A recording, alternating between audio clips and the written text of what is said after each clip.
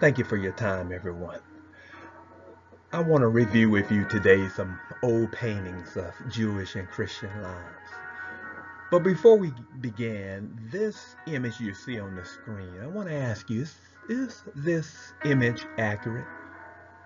Remember, I told you at the beginning how this gentleman in the 1940s did an incredible marketing job of getting this picture of a typical American male at the time to push it forward into the marketplace. This person looks like an American male. And before that, there were some European paintings that looked like the typical European male of the time. So is this image accurate? Well, let's look at some images thousands, or at least 1,000 years before this image ever came to be. So if we go back to Syria, where they discovered the synagogue that existed in AD 235 in a city called Dura Europos. And if you look at the images on the left, you see people of color all on the walls throughout. And the image on the right that's found in this building, in this synagogue, shows a picture of Jesus healing the bedridden man. The man gets up with a yellow arrow points. He picks up his bed and walks. And Jesus here is a person of color. It would appear from the painting on the wall, dated back in the 200s. But that's not all. Also found in Dura Europos are pictures of Moses, the one on the left. Look at the tone of his flesh. And the one on the right is Moses leading the people to the promised land. They get to the Red Sea and Pharaoh's army is after them. And this is depicted again in the year 235 and it's still there in Dura Europos. Joan Taylor, a professor of Christian origins and other things, was one of the ones that documented this. Many have done it, but she documented it and she published it in the BBC. Moses.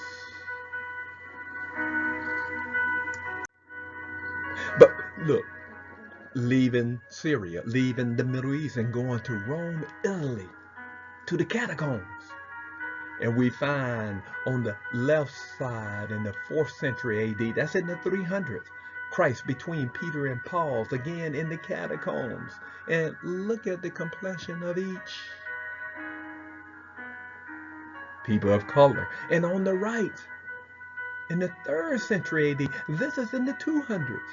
They picture the good shepherd with a lamb across his shoulder. Again, it would appear from the drawings that they saw Jesus as a person of color. And this is in Rome, Italy, right there in Europe. But that's not all. Went to the Vatican, directly to the Vatican, to their source. And doing the research, we find a picture of Jonah being vomited by the big fish. That's on the left, early paintings. And then Jesus' mother, earthly mother, Mary, the mother of Jesus, in the center picture. And all the way to the right, in the 500s, a picture of Saint Peter. These are not typically what you see on the big screen or the TV as put forth by the typical American or European producers. So I want to finish with this slide. A final question. So which image truly represents Jesus? The truth of that matter is we don't really know, but I can tell you it's not the image in the center left.